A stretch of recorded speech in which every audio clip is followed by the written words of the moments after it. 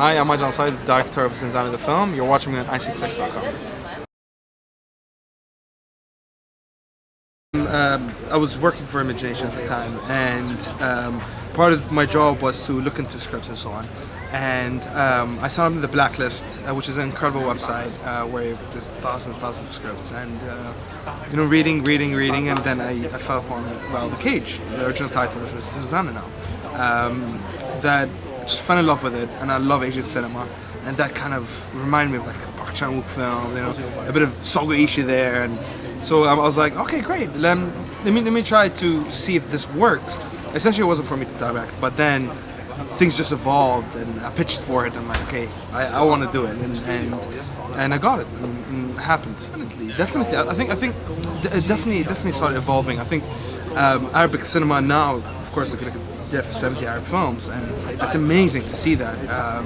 It's just a matter of making films and getting new auteurs and getting new filmmakers, new voices, and so on and so forth. So I think we have a nice variety of voices that do a variety of films, and I think what's new and what I think Zinzana and what Imagination is trying to bring to the table is kind of something also new as far as a movement, as far as a genre movement, where there's films that are not necessarily talking about any social issues or religious or political, but talking about just making films for what film is, and just enjoying making films for the audience to enjoy. So it's exciting to see that kind of new niche that's coming around, and Zinzana is part of it, and hopefully Ali Mustafa's next film, The Worthy, and the many more to come from Imagination and the team that are behind Zinzana. Actually, it was at 16 years old. I used to love film. I remember growing up, I had my uncles from Kuwait who are film fanatics. My mom was from Kuwait, so I used to go there for the summers, say 3 months, and they would just like watch films. And I remember at 8 years old, my uncle sitting there, forcing me to watch Exorcist, the William Friedkin Exorcist. At 8 years old, I was terrified as hell, but he would stop, and he was just passionate about film, and he would kind of dissect the filmmaking. He would watch the commentary, and I'll be there with him.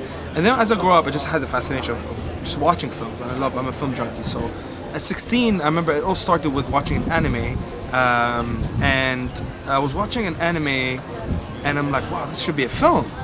And that kind of started, and I'm like, I want to make this as a film. I want to make this a real live action film. And I remember I went to the counselor in my school. They're like, oh, in the beginning I said I wanted to go study business, and then I went back to him. I'm like, yeah, no, I think I want to do film. And he looked at me. He's like, he laughed. He's like, okay.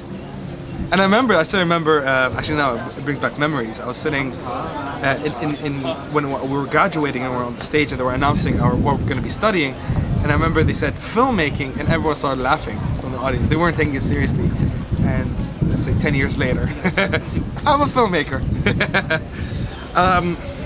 There's a lot, and I wouldn't be able to name a few, but directors, many.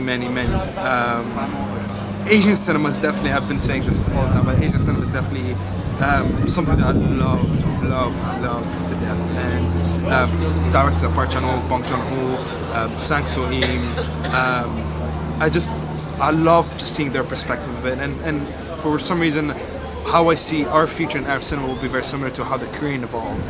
As far as cinema, they started back in the days, but they slowly evolved, and recently they had their first Jaws blockbuster film, but it wasn't Jaws, of course, it was something else that passed $100 million film. So you just see that progresses, and I remember I went to Korea and I visited CJ Entertainment, and I just fell in love with what they're doing there, and I really want to, it's not only about making films, but also being part of a movement into building an industry.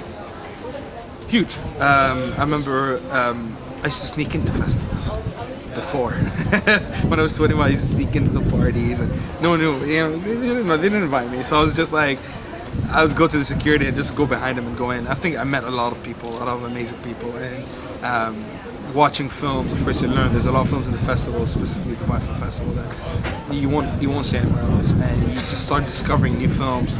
I remember watching Mother from Bong Joon-ho here, and that's what started my fascination with Bong Joon-ho, and started watching more of his films and so on. And if I wasn't in Dubai Film Festival, I wouldn't have been able to discover Bong Joon-ho. If I wasn't able to discover Bong Joon-ho, I wouldn't be able to do the style I'm doing, or make a film that I'm doing. Zinzana wouldn't be the same.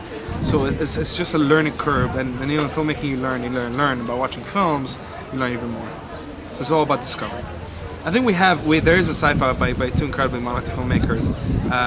Well, I haven't watched it, but I've seen the clips, and I love their approach, and I love their state of mind.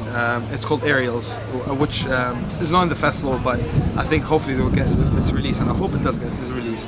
My first short was a sci-fi, so I'm really supportive of these guys, and inshallah, hopefully it sees the day of light, and we could watch it. Definitely something as crazy or as offbeat as Zinzana is.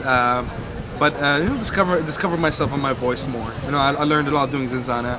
I want to learn more doing my next, and I want to learn more. I just want to evolve.